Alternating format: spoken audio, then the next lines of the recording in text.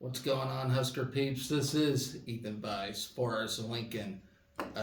So today I'm going to talk about that huge victory over Ohio State in basketball, and then what's going on Friday and the rest of the weekend. So, without further ado, let's start. But before I do, smash that subscribe button. Actually, before I talk about the basketball game, let's talk a little volleyball here first. The Pro Volleyball Federation started as of yesterday. First match played against Omaha Supernovas and the Atlanta Vibe, and it set pretty good numbers. I do believe 11,000 plus in attendance.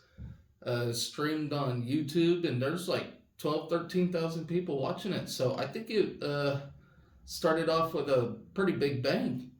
Now, this was the Omaha market. It was played at Omaha. I kind of expected that, but we'll see how the other markets fare in this thing.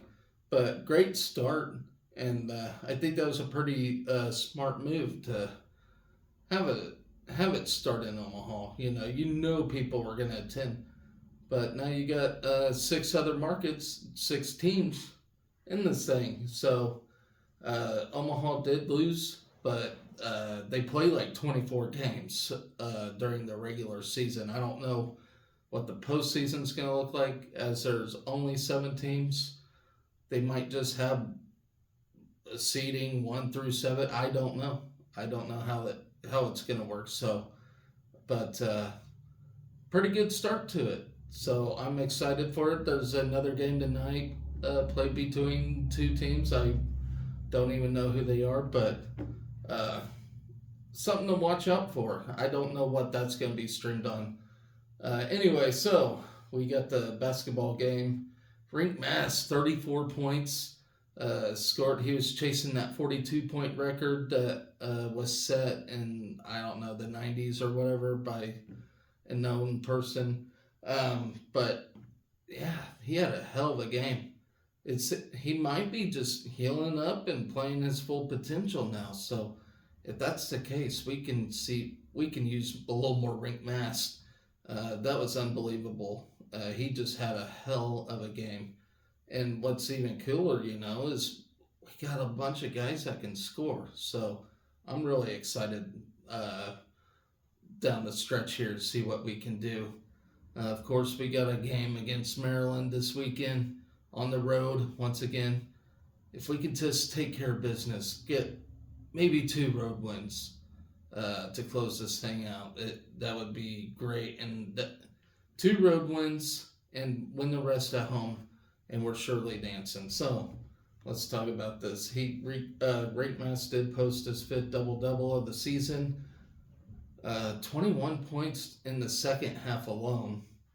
9 of 10 shooting.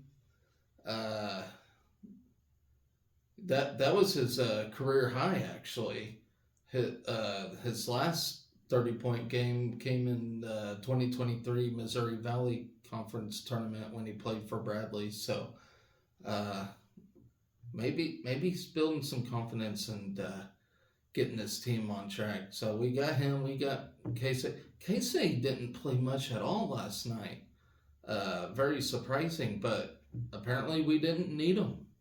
And maybe we can keep them fresh down the stretch. It'd just be nice to keep guys fresh for when we approach the postseason. Let's see. We shot nearly 50% from the field and hit 14 3-pointers, including 4 by C.J. Wilcher, who came off the bench and added 16 points and 3 assists himself. Gave Nebraska a trio double-figure nights with 14 points and 7 rebounds. We dished out 19 assists and had just 6 turnovers in that win. Excellent job there. Let's see. We trailed by 9 in the first half, and I think that was the only time we trailed at all during the game. Ohio State did start strong, but once again, I think Josiah Alec just rallied and said, "Come on, guys, we can do better." And bam, end of story. And I was worried about this game. You know, I think a lot of people were, but we took care of business, and we took care of business at home, which is a very important thing to do. Um, let's see. Wilcher then provided big moment, hitting a pair of corner 3-pointers in a span of a minute 12 that extended Nebraska's cushion to 52-43. Um, let's see. The Buckeyes did pull within 5 at 52-47 before Mass took over, before he had this onslaught of threes. Um, 5 straight points to start the 7-0 run to push the lead to 12. He then scored the next 10 points, including back-to-back 3-pointers, as we built an 18-point advantage. We would lead by double figures the rest of the night. Ohio State did start off hot, hitting their first 4 shots of the night to race to a 9-4 lead before we settled in. Let's see. Yeah, they were up 22-13 at one point after Bruce Thornton had some capped off some free throws there. Then our bench would ignite a crowd.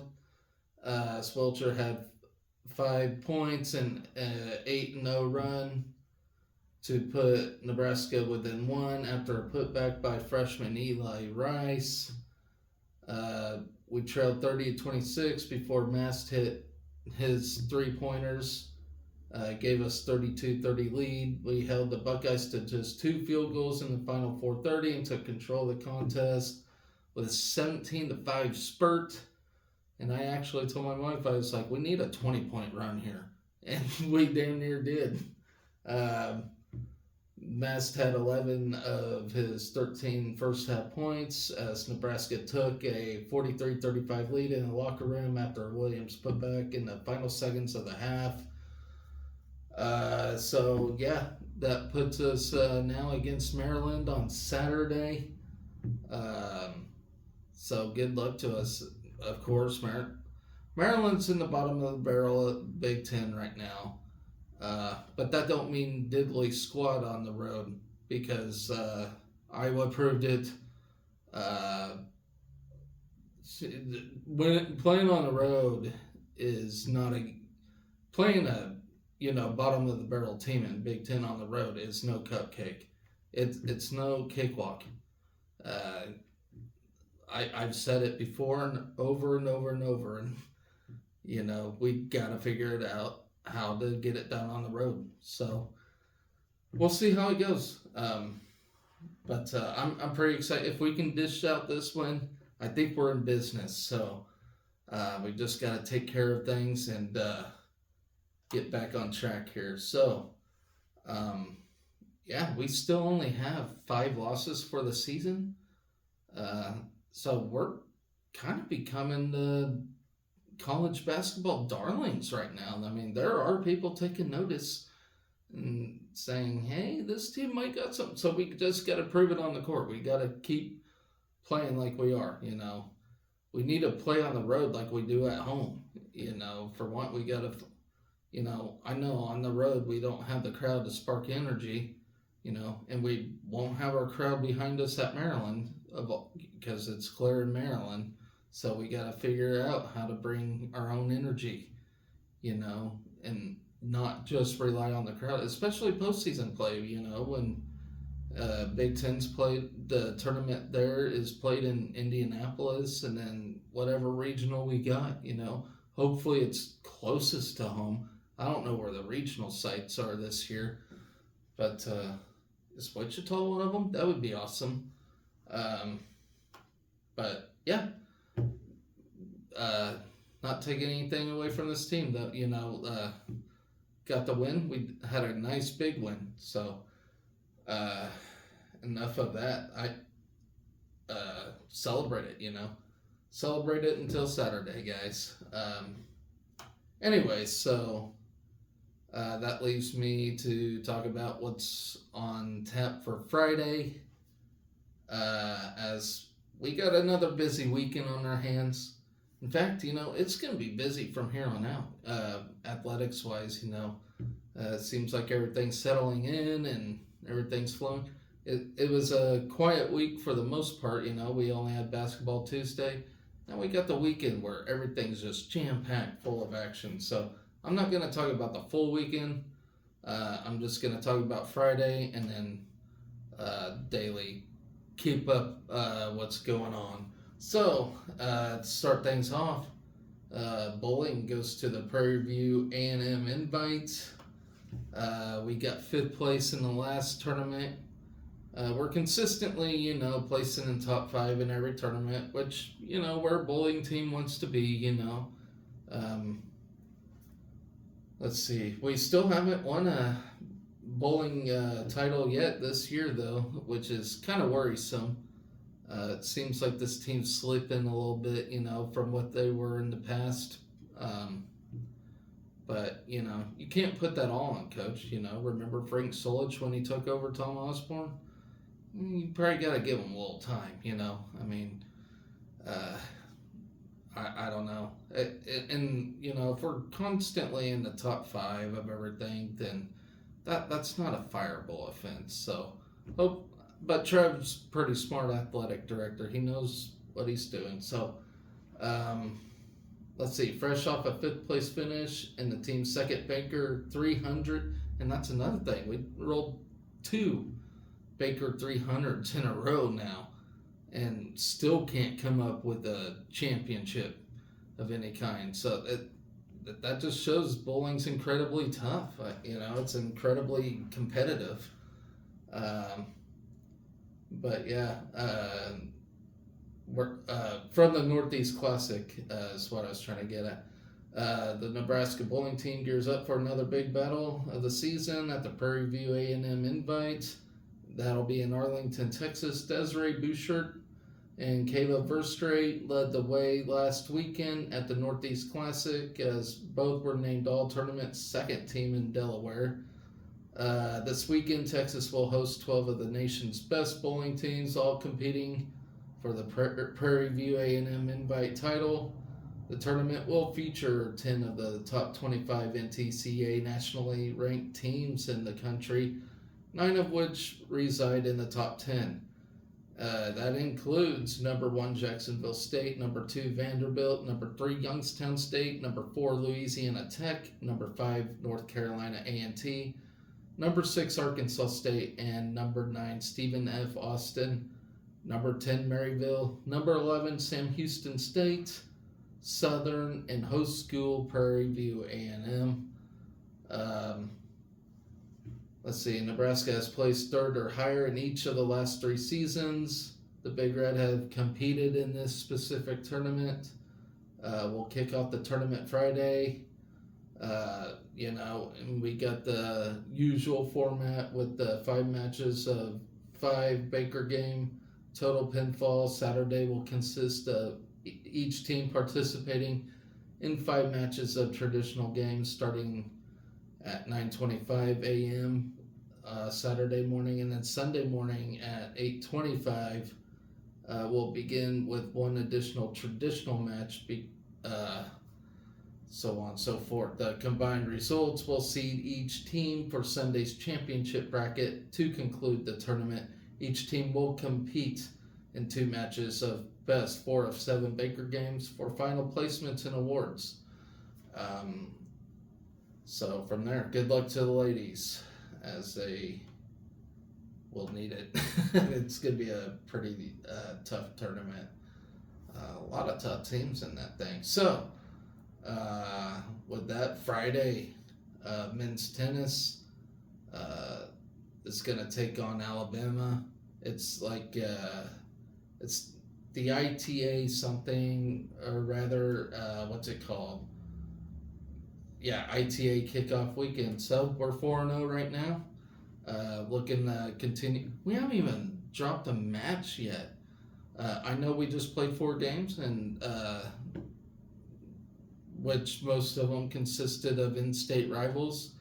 But yeah, 4-0. I mean, look out, tennis world. Let's see. It'll be in Lexington, Kentucky. Let's see. the highest end of season ranking for the program since 2010-2011, which is number 52. Let's see. You can catch us all on Twitter or X, whatever you want to call it, or at Husker Men Tennis. First, the Huskers will take on Alabama at the Boone Tennis Center on Friday, which is tomorrow. Alabama ended their 2022-23 season ranked number 49. Nebraska and Alabama have only met twice, each taking a win. Most recently, we have upset Alabama when they're at number 45 in 2023 at the Blue Gray Classic in Alabama.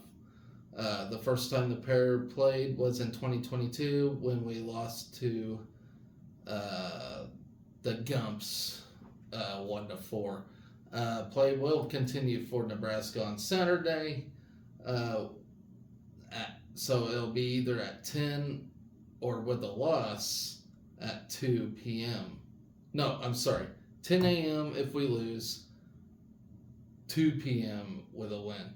So we'll either face number 10 Kentucky or Notre Dame for the second duel of the weekend. Nebraska has never played Kentucky or Notre Dame. Last season, Kentucky ended ranked as number 5 and Notre Dame as 64. So there's a big difference between them two teams. We are 4-0 on the season, the best program start since 2018. Nebraska has wins over Omaha, North Dakota, and 2 over Creighton.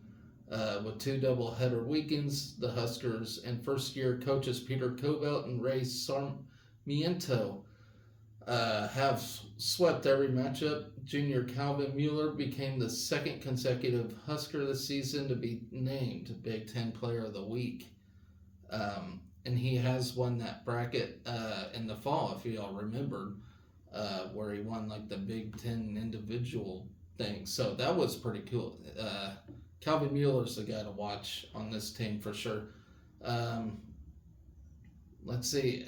Speaking of fall, we went 37-33 in singles play and 16-15 in doubles. And Mueller himself posted a 10-3 record and on his way to that Big Ten individual championship. Then you have doubles duo Enton Shep and Nick Weidenhorn went 4-3 on the season after making it to the semifinals match in the ITA Regionals tournament. The pair was invited to ITA Nationals in California to close out fall play. Also finding success on the doubles court was duo Mueller and Leo Lindquist, reaching a 3-1 record and placing second at the Milwaukee Tennis Classic.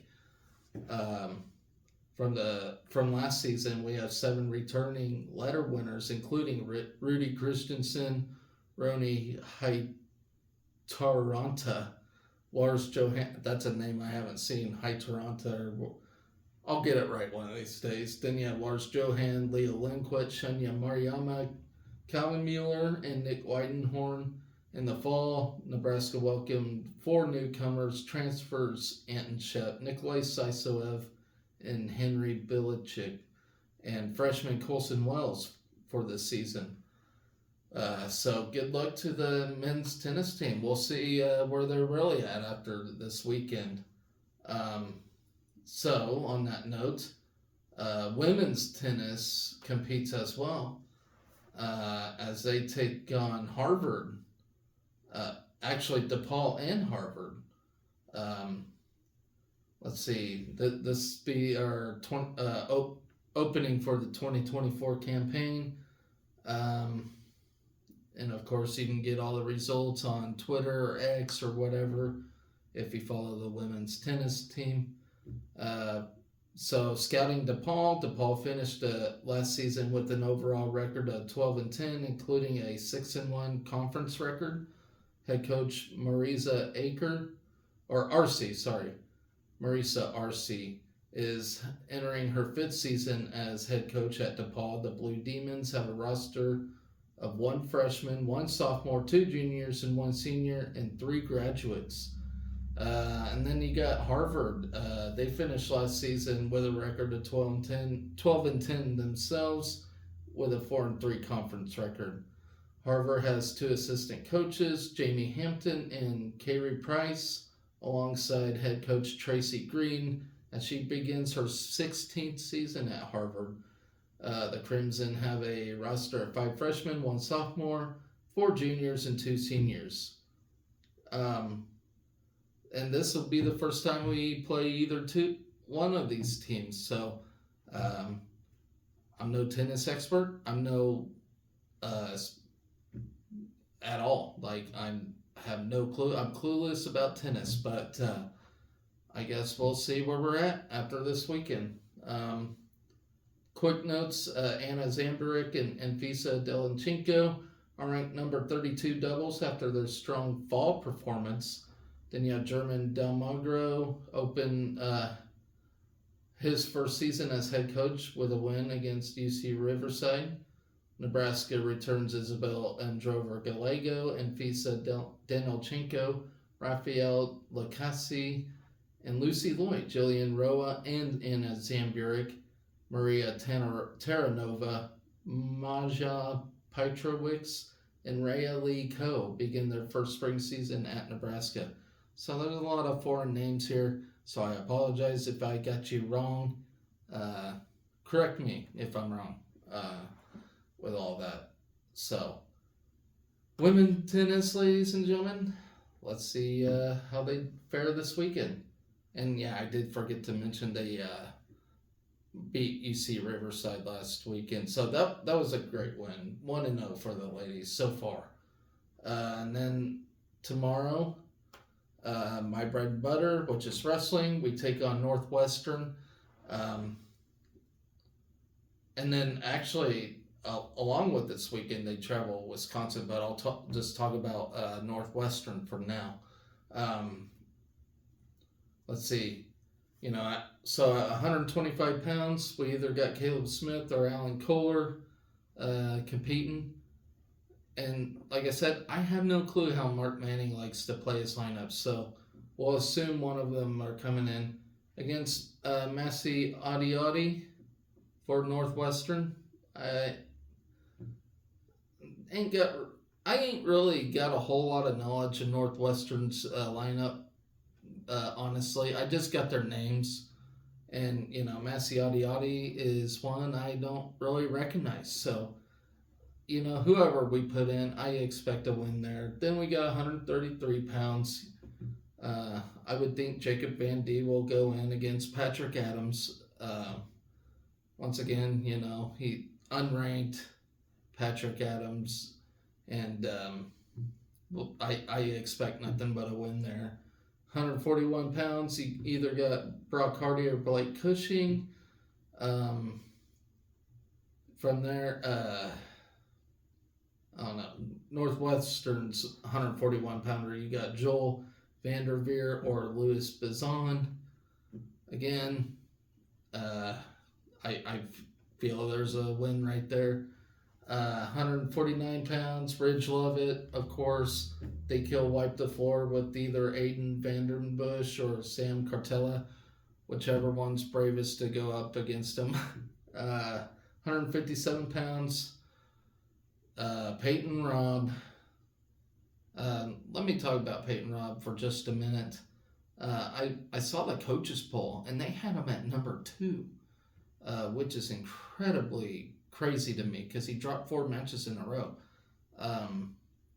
In this poll, he's at number 9, rightfully so, but Peyton Robb is a fantastic wrestler, and I have no doubt in my mind he can be a legit national qualifier, if not champion. But he's battling some demons, rightfully so. I talked about this the last time out, He's there's some kind of mind chess going on with him right now, and hopefully he figures it out. As of right now, he's still, qualified to go the NCAAs, but he's got to figure this out, and only he can. I know he's been shaking. I think if he just gets a win under his belt, I think he'll be fine. But he's just, you can tell, when he's out there, he's just not in the right mind, and I get it because, I've been there myself, when you're just not in that right state of mind, bad things can just happen. And, I wish him nothing best. I really do. I hope he goes out there and competes well, like I know he can. But it does say either Peyton Robb or Josh Licking will get the nod. So will they swap duels? I don't know. I have no idea how Mark Manning's going to play this thing out. Then at 165 pounds, you got Antrell Taylor. Oh, I did forget to mention Northwestern does have at 157 pounds Trevor Chumbley, who's ranked number 19th at the moment. I will say this: 157 pounds is a very talented, loaded, stacked weight class. There's a lot of tough wrestlers in this weight class. I mean, nobody is safe, and there is nobody that I can look at and say, oh, he's going to be a national champion. There's nobody. This weight class is stacked, and I would not be surprised to see 5, 6, 7 upsets at the NCAAs in this weight class. This is a tough one for sure. I would think it's probably it's the toughest weight class pound for pound this year. That's my guess. So got that out of the way. 165 pounds now. We got Antrell Taylor. He's been wrestling pretty decently. But Northwestern does have Max Mayfield, so that's going to be a big matchup, and that's probably the one I'm most excited for. I would probably be most excited for the Peyton Robb Trevor Chumbley match if it wasn't for Peyton Robb's mind woes going on right now. And I am excited to see if he can overcome whatever he's got going on, but. 157, 165 back to back. Those are going to be great matches, I do believe.